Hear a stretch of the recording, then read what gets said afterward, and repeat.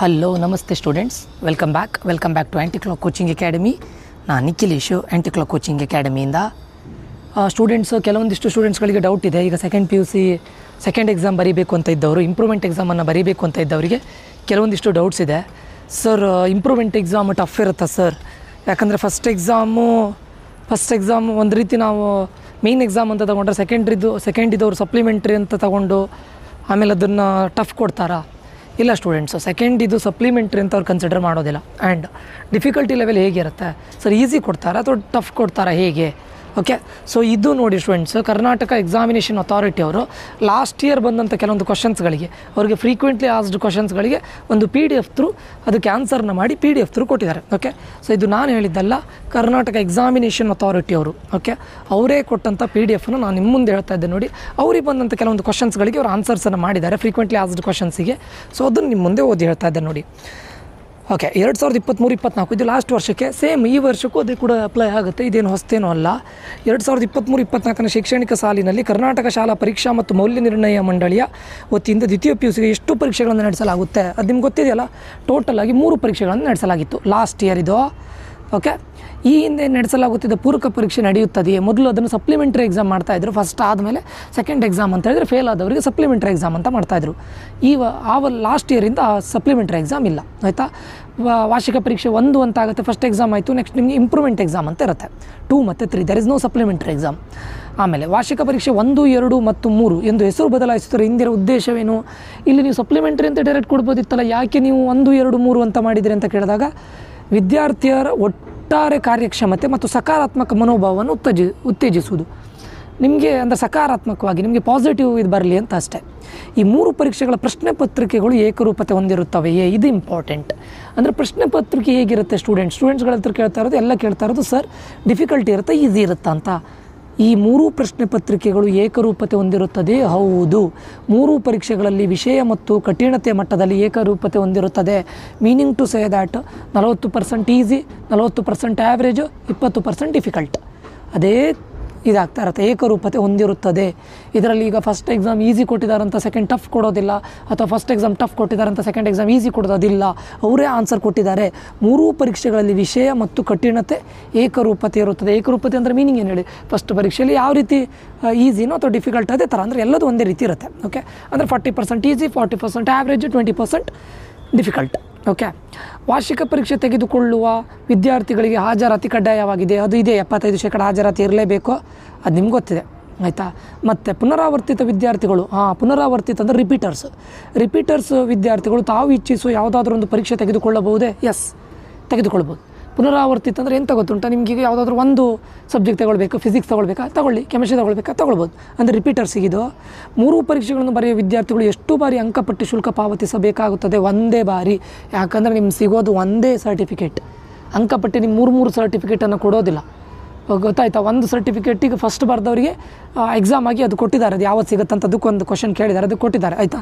ನೀವು 3 time exam ಬರ್ದಿರಂತ ಹೇಳಿ ನಿಮಗೆ 3 ಸರ್ಟಿಫಿಕೇಟ್ ಸಿಗೋದಿಲ್ಲ, ಒಂದೇ ಸರ್ಟಿಫಿಕೇಟ್ ಸಿಗೋದು.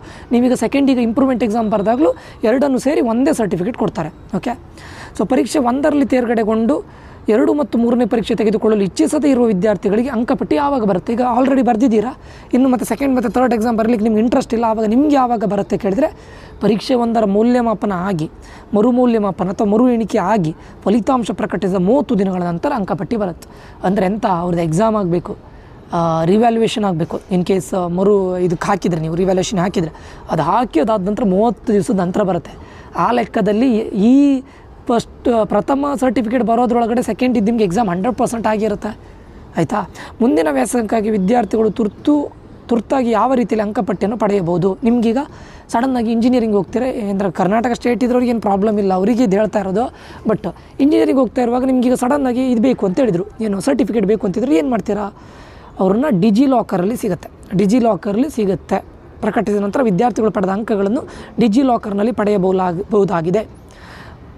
ಫಲಿತಾಂಶ ತಿರಸ್ಕರಿಸಿದ ಈ ಹಿಂದಿನ ಫಲಿತಾಂಶ ತಿರಸ್ಕರಿಸೋದು ಬಿಡಿ, ಅದು ನಮ್ಗೆ ನನ್ ಆಫ್ ಅವರ್ ಬಿಸ್ನೆಸ್ಸು. ಈಗ ದ್ವಿತೀಯ PUC ವೇಳಾಪಟ್ಟಿನ ಪ್ರಕಟಿಸಲಾಗಿದೆ. ಈ ವರ್ಷ ಫಸ್ಟ್ ಇದಕ್ಕೆ ಪ್ರಕಟಿಸಲಾಗಿದೆ, ಸೆಕೆಂಡ್ ಇದಕ್ಕೆ ಇನ್ನೂ ಪ್ರಕಟಿಸಲಾಗಿಲ್ಲ, ಅನೌನ್ಸ್ ಆಗಿಲ್ಲ. ಸೆಕೆಂಡ್ ಟೈಮ್ ಟೇಬಲ್ ಪ್ರಕಟಿಸಿದ ನಂತರ ನಾನು ನಿಮ್ಗೆ ಹೇಳ್ತೇನೆ.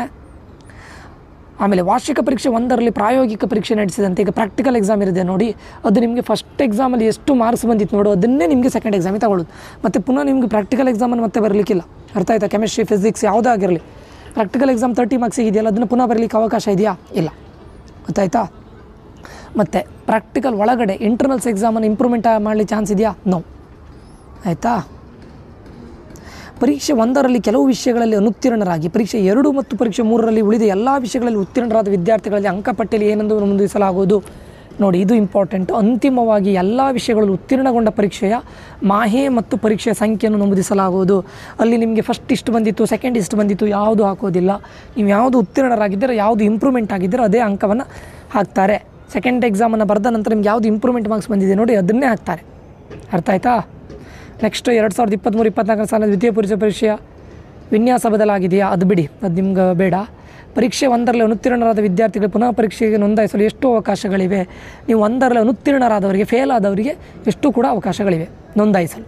ಓಕೆ, ಅನಿಯಮಿತ, ಇನ್ಫಿನಿಟಿ. ಖಾಸಗಿ ವಿದ್ಯಾರ್ಥಿಗಳು ಮತ್ತು ಪುನರಾವರ್ತಿತ. ಯಾಕಂದರೆ ಲಾಸ್ಟ್ ಇಯರು ಏನು ಹೇಳ್ತಾರೆ, ಮ್ಯಾಥ್ಸ್ 100 ಮಾರ್ಕ್ಸಿಗೆ ಇದ್ದಿತ್ತು, ಬಟ್ ಈ ವರ್ಷದಿಂದ ಅದನ್ನು 80 ಮಾರ್ಕ್ಸಿಗೆ ಮಾಡಿದ್ದಾರೆ. ಅದನ್ನು 100 ಮಾರ್ಕ್ಸಿಗೆ ಇದು ಮಾಡ್ತಾರೆ, ಏನು ಹೇಳ್ತಾರೆ, ಇನ್ಕ್ರೀಸ್ ಮಾಡ್ತಾಯಿದ್ರು. ಯಾರಿಗೆ? ನಿಮಗೆ. ಓಕೆ, 100 ಮಾರ್ಕಿಗೆ ಅದನ್ನು ಸ್ಕೇಲ್ ಅಪ್ ಮಾಡ್ತಾರೆ. ಓಕೆ,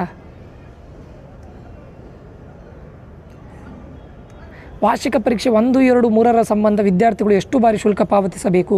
ವಾರ್ಷಿಕ ಪರೀಕ್ಷೆ 1ಕ್ಕೆ ಹೊಸಬರು, ಪುನರಾವರ್ತಿತ ವಿದ್ಯಾರ್ಥಿಗಳು ಹಾಗೂ ಖಾಸಗಿ ಅಭ್ಯರ್ಥಿಗಳು ನಿಗದಿತ ಶುಲ್ಕ ಪಾವತಿಸಬೇಕು. ಆದರೆ ವಾರ್ಷಿಕ ಪರೀಕ್ಷೆ 2 ಮತ್ತು 3ನ್ನು ತೆಗೆದುಕೊಳ್ಳುವ ಅನುತ್ತೀರ್ಣ ವಿದ್ಯಾರ್ಥಿಗಳು ಹಾಗೂ ಫಲಿತಾಂಶ ಸುಧಾರಣೆ ಬಯಸುವ ವಿದ್ಯಾರ್ಥಿಗಳು ಮಾತ್ರ ನಿಗದಿತ ಶುಲ್ಕ ಪಾವತಿಸಬೇಕು. ನಿಮಗೆ ಇದಿದೆ, ಫೀಸ್ ಇದೆ ಸ್ಟೂಡೆಂಟ್ಸ್. ಒಂದು ಪರ್ ಸಬ್ಜೆಕ್ಟಿಗೆ 140 200 ರೂಪೀಸ್ ಫೀಸ್ ಇದೆ. ಇಂಪ್ರೂವ್ಮೆಂಟ್ ಮಾಡಬೇಕಂತಿದ್ರೆ ಅಥವಾ ಫೇಲ್ ಆದವರು ಕೂಡ ಪಾಸ್ ಆಗಬೇಕು ಅಂತಿದ್ರೆ ಫೀಸ್ ಇದೆ. ಓಕೆ, ಇದಿಷ್ಟು. ಆ್ಯಂಡ್ ನಿಮಗೆ ಡೌಟ್ ಇರೋದು KCETಗೆ ತಗೊಳ್ತಾರಾ ಇಲ್ವ ಅಂತ. ಅದಕ್ಕೆ ಯಾರು ಅಂದರೆ ಇವರು ಅಫಿಷಿಯಲಾಗಿ ಏನು ಆನ್ಸರ್ ಕೊಡಲಿಲ್ಲ, ಬಟ್ ಲಾಸ್ಟ್ ಇಯರ್ ಸ್ಟೂಡೆಂಟ್ಸ್ಗಳ ಜೊತೆ ನಾನು ಡಿಸ್ಕಸ್ ಮಾಡಿದಾಗ ತೊಗೊಂಡಿದ್ದಾರೆ. ಸೆಕೆಂಡ್ ಎಕ್ಸಾಮನ್ನು ಇದನ್ನು ಏನು ರಿಸಲ್ಟನ್ನು ಫಸ್ಟು ರೌಂಡಲ್ಲೇ ತೊಗೊಂಡಿದ್ದಾರೆ. ಓಕೆ, ಫಸ್ಟ್ ರೌಂಡಲ್ಲೇ ತೊಗೊಂಡಿದ್ದಾರೆ. ಅವರ ಸರ್ಟಿಫಿಕೇಟಲ್ಲಿ ಏನು ಇದಾಗಿರಲಿಲ್ಲ, ಅವರ ರ್ಯಾಂಕಿಗೂ ಏನು ಪ್ರಾಬ್ಲಮ್ ಆಗಿಲ್ಲ. ಬಟ್ ನೀವು ಇಂಪ್ರೂವ್ಮೆಂಟ್ ಎಕ್ಸಾಮನ್ನು ಬರೀಬೇಕು ಅಂತಿದ್ರೆ ಬರೀ ಯಾಕೆ ಸುಮ್ಮನೆ ಆದರೆ ನಿಮಗೇನು ಲಾಸ್ ಏನು ಆಗೋದೇನಿಲ್ಲ ಅಲ್ಲ. ಸರ್ಟಿಫಿಕೇಟಲ್ಲಿ ಏನು ಬರೋದಿಲ್ಲ, ಏನೊಂದು ಸ್ವಲ್ಪ ಹಣ ಇದಾಗುತ್ತೆ, ಪ್ಲಸ್ ನೀವು ಸ್ವಲ್ಪ ಓದಬೇಕಷ್ಟೇ, ಹೇಗೇನು ಓದಬೇಕು ಅಷ್ಟು ಬಿಟ್ಟರೆ ಮತ್ತೇನು ಪ್ರಾಬ್ಲಮ್ ಇಲ್ಲಲ್ಲ. ಸೊ ಇಂಪ್ರೂವ್ಮೆಂಟ್ ಎಕ್ಸಾಮ್ ತೊಗೊಳ್ಬೇಕು ಅಂತಿದ್ರೆ ದಯವಿಟ್ಟು ತೊಗೊಳ್ಳಿ, ಆಯಿತಾ? ಸೊ KCET ಎಕ್ಸಾಮ್ ರಿಸಲ್ಟ್ ಬರೋದ್ರೊಳಗಡೆ ಇದು ಆಗಿರುತ್ತೆ. ನಿಮಗೇನು ಪ್ರಾಬ್ಲಮ್ ಆಗಿರೋದೆಲ್ಲ ಕನ್ಸಿಡರ್ ಮಾಡ್ತಾರೆ, ಪಕ್ಕ ಮಾಡ್ತಾರೆ ಅಂತ ನನ್ನ ಇದಿದೆ. ಯಾಕಂದರೆ ಲಾಸ್ಟ್ ಟೈಮು ಮಾಡಿದ್ದಾರೆ ಅಂದರೆ ಈ ಟೈಮು ಮಾಡಲೇಬೇಕು. ಓಕೆ ಸ್ಟೂಡೆಂಟ್ಸ, ಇದಿಷ್ಟು ಇವತ್ತಿನ ವಿಷಯವಾಗಿರುತ್ತೆ ಈ ಒಂದು ವೀಡಿಯೋದು. ಏನಾದರೂ ಡೌಟ್ಸ್ಗಳಿದ್ದರೆ ಈ ಒಂದು ವೀಡಿಯೋದು ಕಮೆಂಟ್ ಬಾಕ್ಸಲ್ಲಿ ಕಮೆಂಟ್ ಮಾಡಿ, ನಾನು ಆನ್ಸರ್ ಕೊಡ್ತೇನೆ. ಓಕೆ, ಈ ಒಂದು ವೀಡಿಯೋವನ್ನು ನೋಡಿ ಸಬ್ಸ್ಕ್ರೈಬ್ ಮಾಡೋದನ್ನು ಮರಿಬೇಡಿ ಸ್ಟೂಡೆಂಟ್ಸ್. ಲೈಕ್ ಮಾಡಿ, ಶೇರ್ ಮಾಡಿ, ಒಂದಿಷ್ಟು ಜನರಿಗೆ ಶೇರ್ ಮಾಡಿದರೆ ನಮಗೂ ಕೂಡ ಹೆಲ್ಪ್ ಆಗುತ್ತೆ. ಮುಂದೆ ಇಂಥ ಅಪ್ಡೇಟ್ಸ್ಗಳನ್ನ ಕೊಡಲಿಕ್ಕೆ ನಮಗೂ ಕೂಡ ಒಂದು ಎನ್ಕರೇಜ್ಮೆಂಟ್ ಆಗುತ್ತೆ ಅಂತ ಹೇಳ್ತಾ ಇಲ್ಲಿಗೆ ಈ ವಿಡಿಯೋನ ಎಂಡ್ ಮಾಡ್ತಾ ಇದ್ದೇನೆ. ನಾನು ನಿಖಿಲೇಶ್ ಸೈನ್ ಆಫ್ ಆಗ್ತಾ ಇದ್ದೇನೆ. Until that, love you all, bye, take care students.